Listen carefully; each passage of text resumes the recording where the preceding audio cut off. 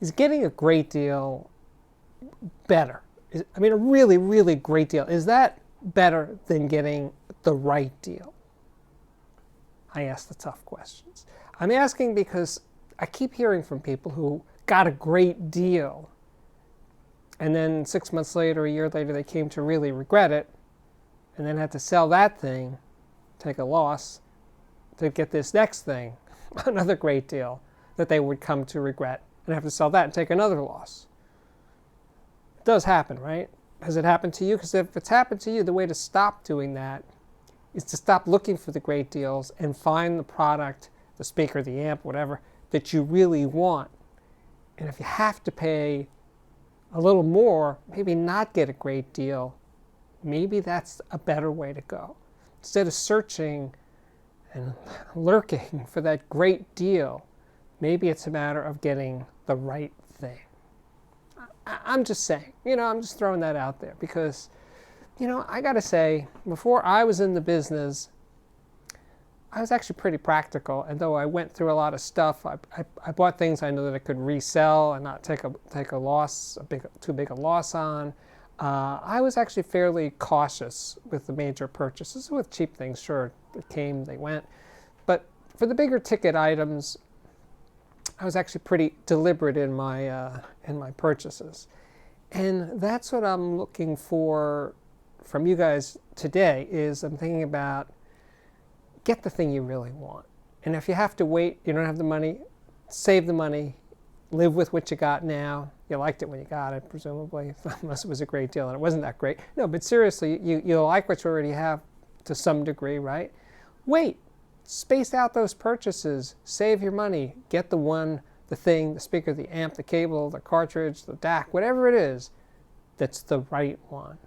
As they say, do your research, think, read reviews. If you can, try one at home. Get this thing at home if it's possible. Sure, I'm not saying that that's the be-all and end-all. It helps. I wouldn't say it's going to seal the deal, because you could try it at home for a day and still you could be reacting to that it's different. It sounds different than what you already got, and sometimes different equals way better, and then it's just different. It was just, it had more of this, it had more of that, it made a bigger sound stage, had airier highs, whatever it was that got your juices flowing. Maybe that wasn't really the thing you should have been paying attention to. So, sure, having the thing, whatever it is, at home to try out, yeah, that's really good. But is it actually better than going on a reviewer who you trust, not just any old reviewer, but a reviewer that you have some sort of relationship with, a track record with, and the reviewer says this, whatever it is really good, and even if you can't hear it, go for that one. I think that's a perfectly legitimate way to go in 2019 or 2020, because the chances of having a dealer where you can, with a salesman that you can trust, and having to do comparisons between, product A, B, C, D, it's hard to do those right now. So you're stuck with the reviewer's opinions. And again, I'm not saying that all reviewers' opinions are equally valid. Far, far, far from that. I'm talking about reviewers that you like, respect, trust, bought products that they reviewed, and you said, yes, I'm on the same wavelength as that guy. Those are the reviewers you need to trust, right? But in terms of hearing about a great deal and saying, yeah, I want that because I'm getting it for half price, or no, I don't think that's a reason to buy a product, I mean, if it's something you've been thinking about or lusting after and it comes up for a great deal, of course, yes, you should get it then. But I'm just I see too many people jump. They jump because the price is so attractive to them.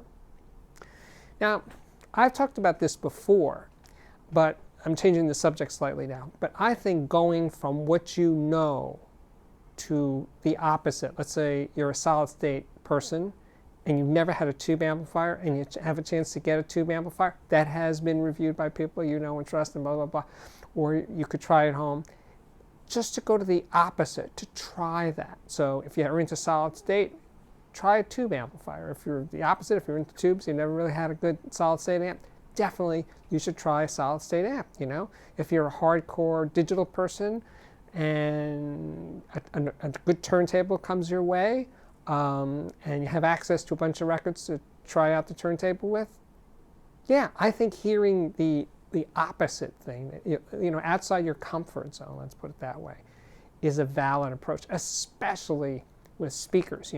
If you've never had an electrostatic speaker or a magnepan or a horn speaker, and one comes your way, and you've been curious about this, the other than what you're used to, yeah, jump on that. Again, if it's somehow gained some cred with you by reviews with people that you trust, yeah, I think that's worth a shot. Especially, and use things, and you look around, you see what they're going for, and you say, yeah, I could get this thing, pay $800 for it, live with it for 2 or 3 months, see what electrostatics are like, and then sell it.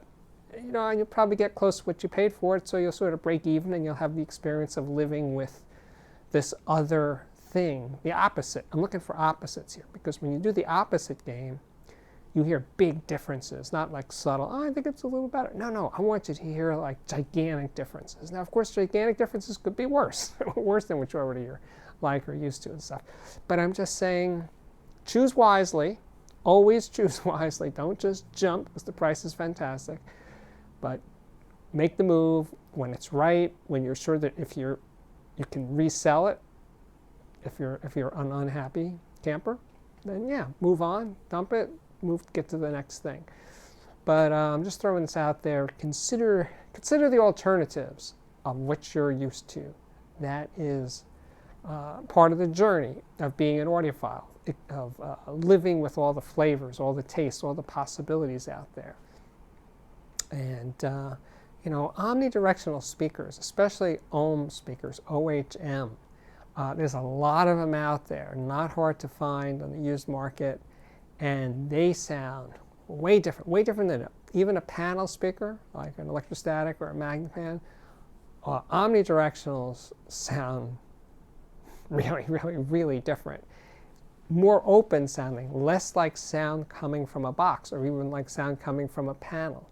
So I would recommend dipping your toes into the omnidirectional world, and there's probably more ohm acoustics omnis out there than any other type of omnidirectional speaker. So, and they've been making them for over 40 years. So you can probably find a nice one for, not a lot of money. Same with klipsches. There's a gazillion klipsches on planet Earth. So finding a 20-year-old pair that's in good shape, if you've never lived with horns, trying out an old Heresy or a Cornwall or a Forte, it won't cost you a lot of money, and you'll learn a lot. I guarantee you will learn something when you change courses with speakers. From tube to solid-state amplifiers, vice versa, those are big too. Going from analog to digital, really big changes. I recommend those too. So, but low price shouldn't be the thing. That shouldn't be the factor that makes you jump, that makes you grab your credit card or whatever to get it. I would never tell anybody to jump just because the price is super low. Maybe the price is super low for a good reason, because they can't sell it. Maybe that's why the price is so low. So think before you jump. My name's Steve Guttenberg. This is the Audiophiliac Daily Show. So subscribe. Don't miss an exciting new episode. Check out the playlist. There's playlists for speaker reviews and amplifier reviews and DAC reviews and headphone reviews and music reviews. There's over 730 or so episodes out there.